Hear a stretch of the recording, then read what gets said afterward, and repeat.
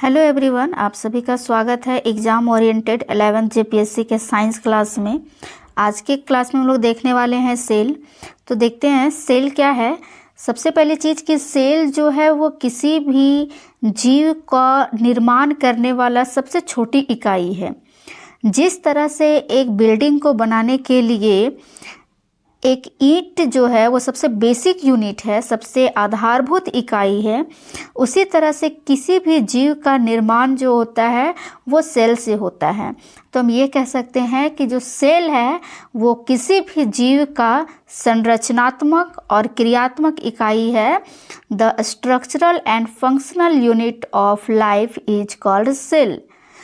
और क्या कह सकते हैं इसको, cell is the basic fundamental unit, basic आधारभूत इकाई है, ये हम कह सकते हैं। लेकिन कहीं भी आपका जनरल कंपटीशन में जो सेल है उसका डेफिनेशंस नहीं पूछे जाएंगे, इसलिए हम लोग बात करते हैं आगे से सेल की डिस्कवरी से। तो सेल की जो डिस्कवरी है वो सबसे पहले कौन किए थे? तो सबसे पहले सेल की डिस्कवरी डेड सेल में की गई थी, जिसकी खोज रॉबर्ट हुक ने की थी, जिसकी खोज रॉबर्ट हुक ने की थी। ठीक है। उसके बाद रॉबर्ट हुक जो डिस्कवरी किए थे वो किस में किए थे? कॉर्क सेल में। कॉर्क सेल जो है वो क्या, कॉर्क सेल किस पेड़ के, किस ट्री से? तो ये ओक ट्री के कॉर्क सेल से किया था। कॉर्क का मतलब क्या होता है? छाल कह सकते हैं आप। एक तरह का ये डेड सेल होता है, मृत कोशिका होती है ना। और जो ओक ट्री है ये एक डेजर्ट्स प्लांट है, रेगिस्तानी पौधा है ना, जिसका साइंटिफिक नेम जो है, साइंटिफिक नेम क्या है? क्वेर्कस सबर। ठीक है। ये कभी कभी पूछ लिया जाता है कि ओक ट्री का साइंटिफिक नेम क्या है? क्वेर्कस सबर है, जिसको नॉर्मली जो है वो बॉटल कार्क भी कहा जाता है ना। रॉबर्ट हुक का एक पुस्तक है लिखा हुआ, जिसको माइक्रोग्राफिया कहा जाता है। देखिए, लिविंग सेल जो है, लिविंग सेल की डिस्कवरी कौन किए हैं? Anton von Leeuwenhoek. किस में किए हैं? बैसिलस बैक्टीरिया के अंदर। ठीक है। बैसिलस बैक्टीरिया का शेप कैसा होता है? रॉड शेप का होता है बैसिलस बैक्टीरिया का शेप। और ये जो एंटोन वॉन ल्यूवेनहुक है, इनकी एक पुस्तक है, जिस पुस्तक का नाम है the secret of the nature. Important है ये, IMP है ना, कि यहाँ से क्वेश्चन पूछा गया है कि एंटोन वॉन ल्यूवेनहुक द्वारा लिखी गई पुस्तक का नाम क्या है? The secret of the nature. और ल्यूवेनहुक, रॉबर्ट हुक के द्वारा जो लिखी गई पुस्तक है वो कौन है? माइक्रोग्राफिया। दोनों बुक का नाम याद रखेंगे, इम्पॉर्टेंट है।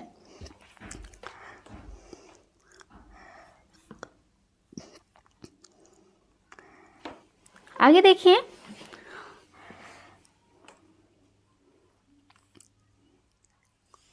Smallest cell.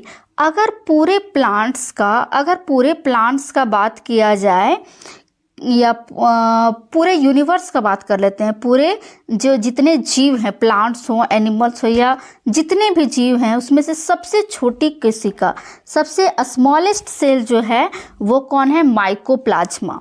ठीक है। और माइकोप्लाज्मा का क्या खासियत है कि इसके पास सेल वॉल नहीं होते, विदाउट सेल वॉल होता है।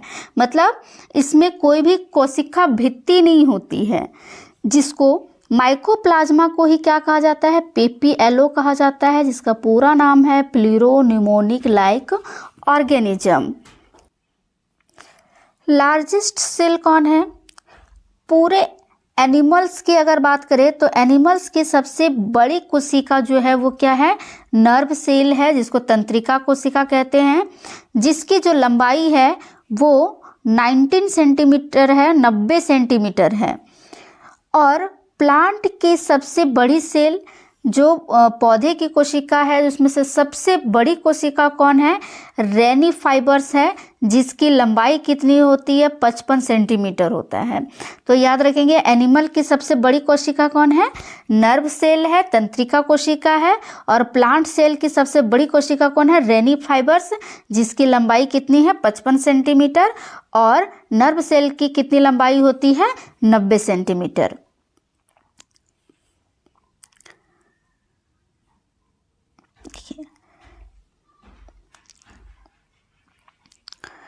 रेनी फाइबर जो है वो यहाँ पे साइंटिफिक नेम है इसका, कि जो रेनी फाइबर्स है वो बॉचमेरिया प्लांट्स का है। ये फैमिली जो है यूरिफेसिया फैमिली का है।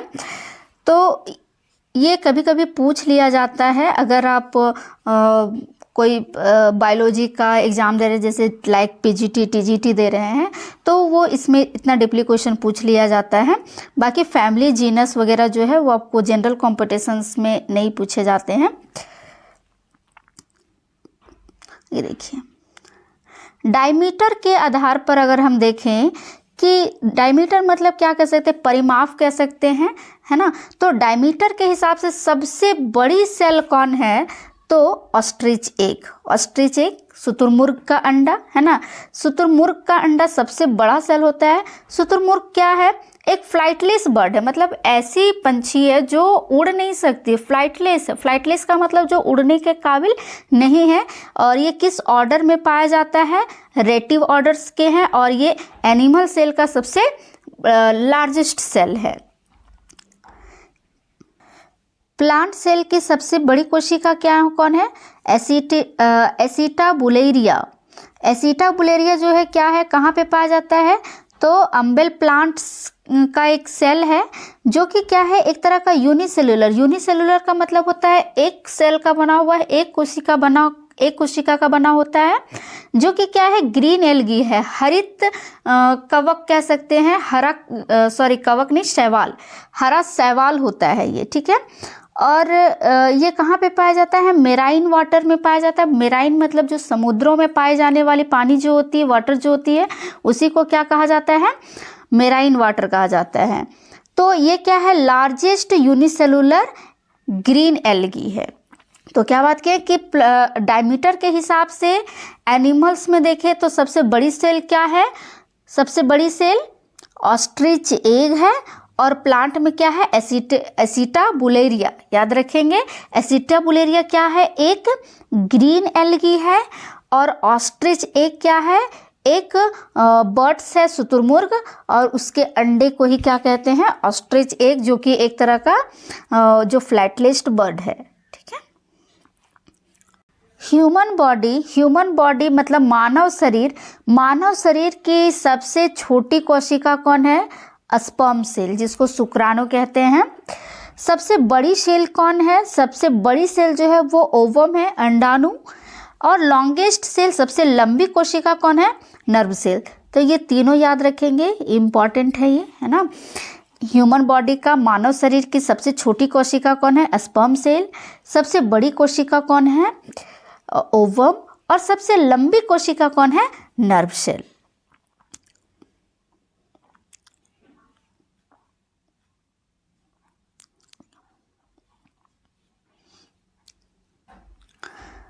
Types of cell on the basis of number of cell, है ना।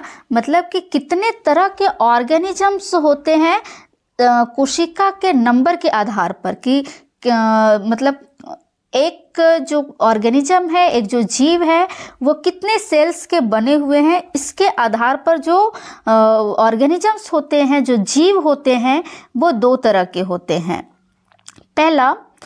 पहला यूनिसेलुलर और दूसरा मल्टीसेलुलर।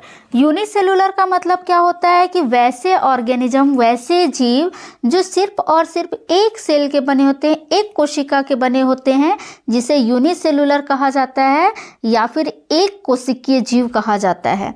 तो एक कोशिकीय जीव में कौन कौन आ जाएंगे हमारे? मोनेरा और प्रोटिस्टा। देखिए, मोनेरा में हम लोग वो सारे चीज़ों को पढ़ते हैं जो बैक्टीरिया है, जो एक कोशिका के बने होते हैं, तो ये कह सकते हैं कि जितने भी बैक्टीरिया हैं उसको रखा गया है मोनेरा के अंदर। और प्रोटिस्टा क्या है, कि यूकैरियोट्स है। आगे हम लोग डिस्कस करेंगे कि प्रोकैरियोट्स और यूकैरियोट्स क्या होते हैं। मल्टीसेलुलर, मल्टीसेलुलर का मतलब क्या होता है, बहुकोशिकीय जीव। मतलब वैसे जीव जो दो या दो से अधिक सेल्स के या एक से अधिक सेल के जो बने हुए जीव होते हैं उसको क्या कहा जाता है, मल्टीसेलुलर कहा जाता है। जैसे फंजाई कवक, प्लांटी मतलब प्लांट्स, एनिमेलिया मतलब एनिमल्स। और ये सारे के सारे क्या है, यूकैरियोटिक जीव है। अभी इतना याद रखिए कि यूकैरियोट्स का मतलब होता है जो वैसे जीव जो पूरे विकसित हो और सेल के अंदर पाए जाने वाले जो ऑर्गेन्स होते हैं, जो अंग होते हैं, वो पूरे इसमें विकसित होता है। और प्रोकैरियोट्स जो है वो अनडेवलप्ड है, अविकसित सेल है। ठीक है।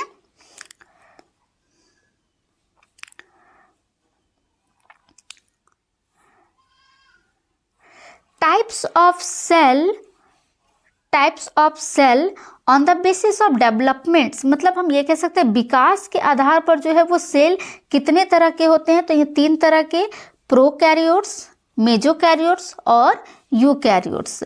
प्रोकैरियोट्स का मतलब क्या होता है, जिसमें न्यूक्लियर मेम्ब्रेन एब्सेंट होता है। न्यूक्लियर मेम्ब्रेन मतलब कोशिका झिल्ली। जैसे देखिए कि सेल के बाहर क्या होता है, सेल मेम्ब्रेन होते हैं, प्लाज्मा मेम्ब्रेन होते हैं। इसी तरह सेल के अंदर पाया जाता है केंद्रक। ठीक है। और उस केंद्रक को कवर करके रखता है एक और लेयर, एक और परत कवर करके रखता है, जिसको क्या कहा जाता है, न्यूक्लियर मेम्ब्रेन। तो जो प्रोकैरियोट्स हैं, प्रोकैरियोट्स में न्यूक्लियर मेम्ब्रेन एब्सेंट रहेंगे, मेजोकैरियोट्स में प्रेजेंट रहेंगे और यूकैरियोट्स में प्रेजेंट रहेंगे। आगे जो डीएनए है ये नेकेड होगा, मतलब इसके पास कोई हिस्टोन प्रोटीन नहीं होगा। देखिए हिस्टोन क्या है, हिस्टोन एक ऐसा बेसिक प्रॉपर्टी है जो कि डीएनए को क्या करता है, बांध करके रखता है। जैसे सपोज दैट कि हमारा जो डीएनए है, एक मनुष्य का जो डीएनए है वो लगभग उसकी लंबाई होती है 2.2 मीटर। ठीक है। अब सोचिए कि 2.2 मीटर इतनी लंबी जो डीएनए है वो हमारे सेल के अंदर सिमटा हुआ, लपेटा हुआ है, कॉइल बना के है। तो वो कैसे है, वो ये हिस्टोन प्रोटीन जो है वो इसको बाइंड करके रखता है। तो यहाँ ये कह सकते हैं कि जो प्रोकैरियोट्स हैं इसके पास हिस्टोन प्रोटीन प्रेजेंट जो है वो होते तो हैं, लेकिन जो डीएनए है वो नेकेड होता है। ठीक है। और जो मेजोकैरियोट्स हैं इसके पास हिस्टोन प्रोटीन एब्सेंट होता है, और इसके पास जो यूकैरियोट्स है इसके पास पूरे हिस्टोन प्रोटीन प्रेजेंट होता है। और हम लोग जो हैं, जो एनिमल्स है, अभी हम लोग ऊपर देखें कि जो एनिमल्स हैं और जो प्लांट्स हैं, यहाँ पे देखिए प्लांट, एनिमल और जो कवक हैं ये क्या है, हम लोग यूकैरियोट्स हैं, है ना। मतलब हम लोग क्या है, डेवलप हुआ सेल है।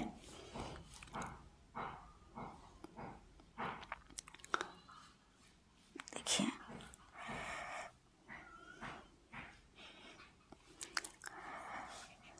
तो इस यहाँ पे देखेंगे प्रोकैरियोट्स में कौन कौन आ जाएगा, मोनेरा किंगडम आ जाएगा, जिसमें बैक्टीरिया जाते हैं। बैक्टीरिया 2 तरह के होते हैं, एक आर्कियोबैक्टीरिया होता है, यू बैक्टीरिया होता है।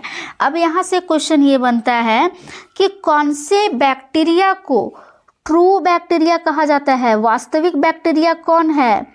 तो हमारा जो यू बैक्टीरिया है, यू बैक्टीरिया को ही ट्रू बैक्टीरिया कहा जाता है, वास्तविक बैक्टीरिया कहा जाता है। आगे मेजोकैरियोट्स में कौन आते हैं, प्रोटिस्टा आते हैं, डाई एटम्स आते हैं, डिनोफ्लेजलेट्स आते हैं। ये एकदम डिफरेंट होते हैं प्रोटिस्टा में। जैसे कि ये कह सकते हैं कि इसको कलर के आधार पे, न्यूट्रिशन के आधार पे बांटा गया है ये प्रोटिस्टा, जो कि क्या है, ये यहाँ पे एक चीज़ इम्पॉर्टेंट, कि जो प्रोकैरियोट्स हैं ये यूनिसेलुलर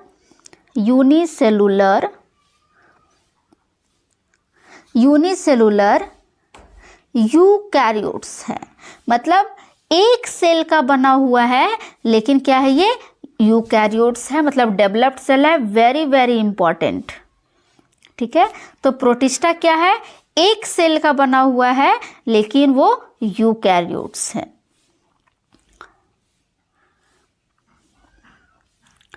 और हमारा यूकैरियोट्स में कौन कौन आ जाएंगे, फंजाई, प्लांटी और एनिमेलिया, ठीक है। तो हम लोग क्या है, एक एनिमल्स है, तो मतलब जो ह्यूमन है वो क्या है, ह्यूमन जो है, मनुष्य जो है वो क्या है, एक यूकैरियोट्स है, डेवलप्ड वाला सेल है, ठीक है। अब यहाँ पे कुछ इंपॉर्टेंट टर्म्स के बारे में बात करते हैं, जैसे study of nucleus.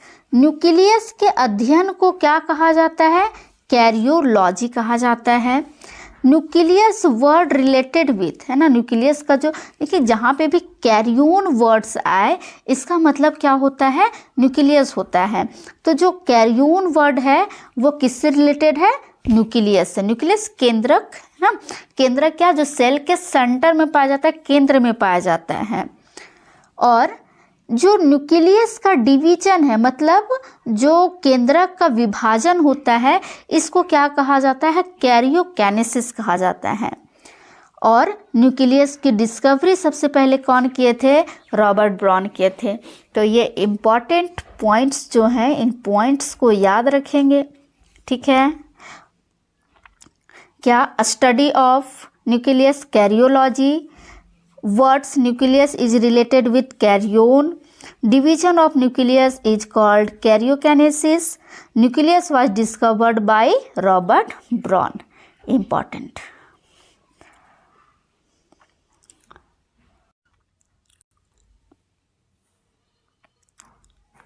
Cell theory, cell theory क्या है, कोशिका के लिए जो थ्योरी दिया गया है, ये सेल थ्योरी जो दिया गया था वो 1838 से 1839 ईस्वी में दिया गया है। ये इसको देने के लिए दो साइंटिस्ट इन्वॉल्व हैं इसमें।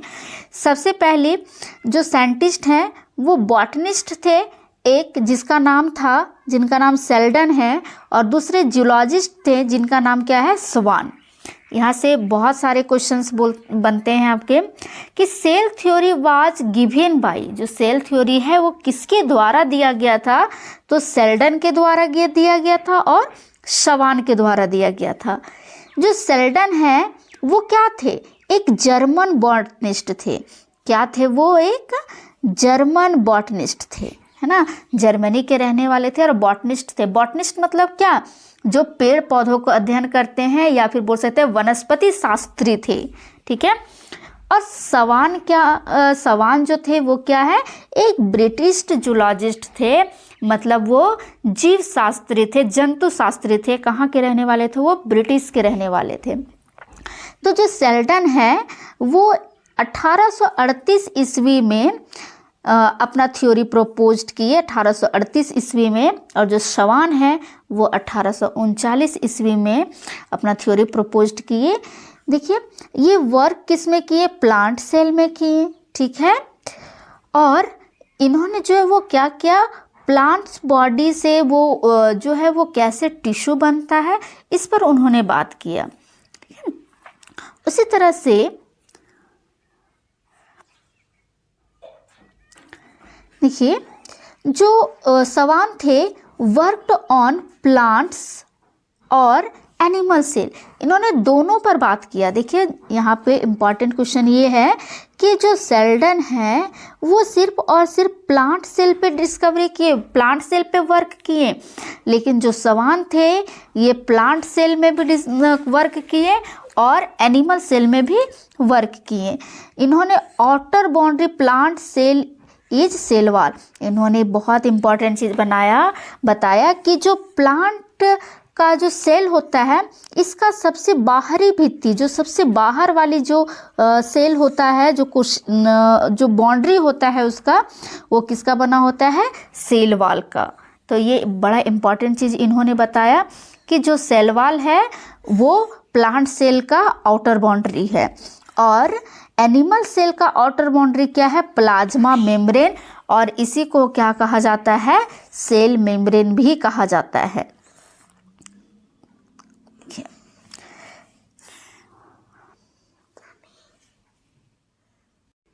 तो शेल्डन और सवान मिल के क्या किए? इन्होंने सेल थ्योरी दिया, और इसके अनुसार इन्होंने ये बोला कि जो भी लिविंग ऑर्गेनिजम्स हैं, जो जीवित प्राणी हैं, वो बने होते हैं made of cell and their product.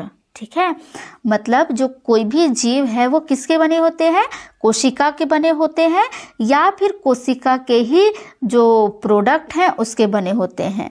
ठीक है, तो cell is the structural and functional unit of life. ठीक है, मतलब किसी भी जीव का जो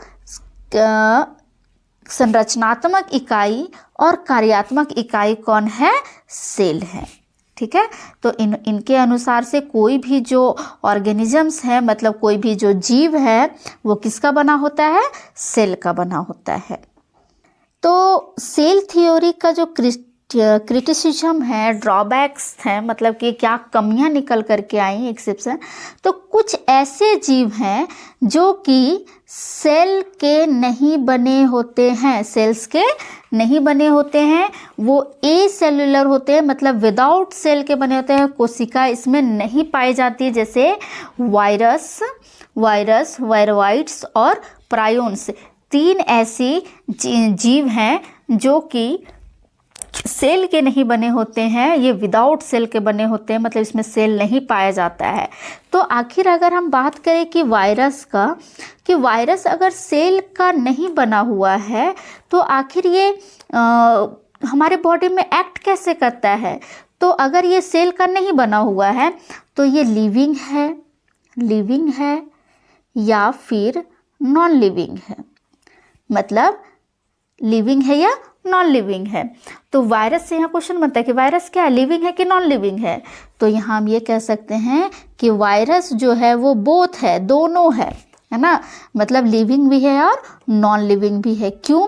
क्योंकि जब ये बॉडी के बाहर होता है, वायरस जो है वो जब बॉडी के बाहर होता है, शरीर के बाहर होता है, तब ये नॉन लिविंग होता है, लेकिन जैसे ही किसी लिविंग बॉडी के अंदर इंटर करता है तो ये उस लिविंग सेल का जो सेल होता है उसको वो यूज करता है, और अपना जितना भी इसका लाइफ प्रोसेस होता है, जैव प्रक्रम होता है, जैसे रिप्रोडक्शन है, एक्सक्रीशन है, जितने भी जैव प्रक्रम है वो सभी को करने लगता है, और हमारे शरीर में जा कर के वो क्या करता है? लिविंग बन जाता है।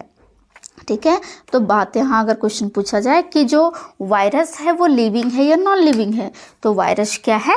नॉन लिविंग है।